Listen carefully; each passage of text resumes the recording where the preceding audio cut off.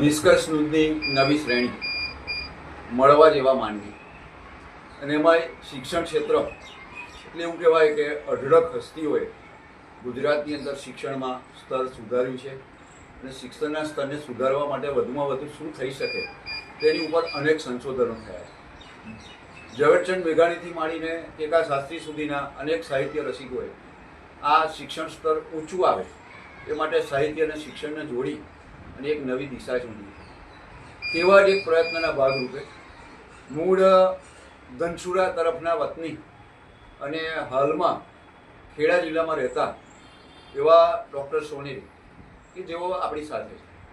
આપણે તેઓનો પરિચય લઈશું અને તેઓની સાથે વિગત લઈશું. શું નામ છે આપનું અને આપે કયા વિષય સાથે આ ડૉક્ટરની ડિગ્રી મેળવી છે? મારું નામ છે ડૉક્ટર ધવલ પ્રવીણભાઈ સોનેરી.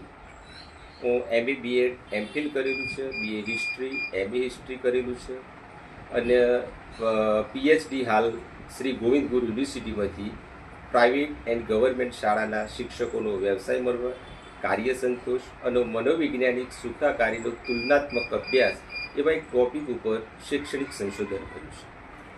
હાલમાં ગુજરાતમાં ઠેર ઠેરથી શિક્ષકોના આંદોલન થઈ રહ્યા છે. શિક્ષકો બૂમો પાડી રહ્યા છે કે અમને બીએલઓમાં ના મૂકો, અમને શિક્ષણ સિવાયની જવાબદારીમાંથી મુક્ત કરો અને અમે બાળકોને સારી રીતે ભણાવી શકીએ તે માટે શાળાઓમાં પૂરતા શિક્ષકો મૂકો, અમારી શાળાઓના જર્જરિત ઓરડાઓને વહેલી તકે બનાવો. આવા બધા ઘણા કારણો છે કે જે ગુજરાતના શિક્ષણ સ્તરને ઉપર લાવવામાં નડતરરૂપ છે અને આવા ઘણા બધા કારણોનો અભ્યાસ કરી અને આપણી સાથે બેઠેલા ડૉક્ટર સોનેરીએ ગુજરાત સરકારને ધ્યાન દોર્યું છે કે મારા થીસીસનો ઉપયોગ કરી અને ગુજરાતના શિક્ષકોને ન્યાય મળે તે માટે પ્રયત્ન કરવો.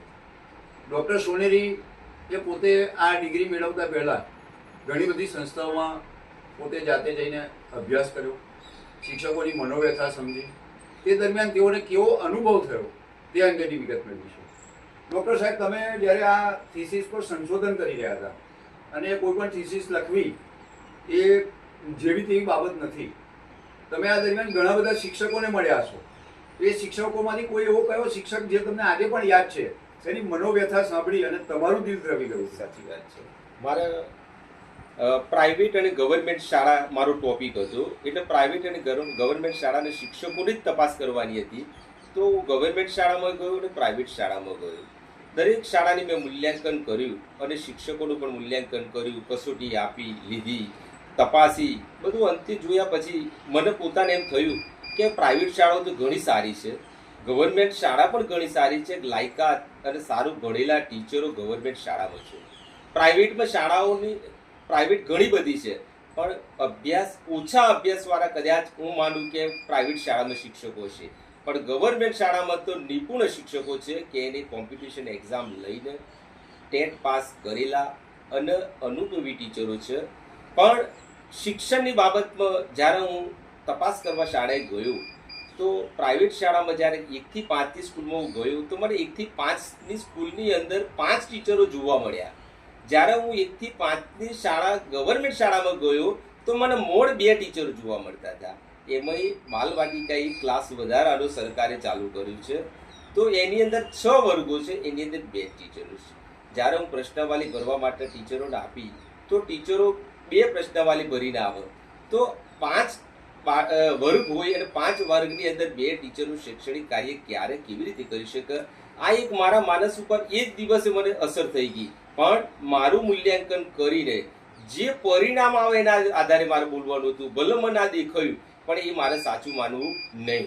એટલે મેં મારા સંશોધન આગળ વધાર્યું અને જ્યારે રિસર્ચ પૂરેપૂરું થઈ ગયું ત્યારે પરિણામ મારા હાથમાં આવ્યું ત્યારે મને પોતાને દુઃખ થયું કે સરકાર આટલા બધા શિક્ષણ પાછળ પૈસા ખર્ચે, ભરતી કરે છે અમુક જે જરૂરિયાત પ્રમાણે, તો કેમ શિક્ષણ કથળી રહ્યું છે?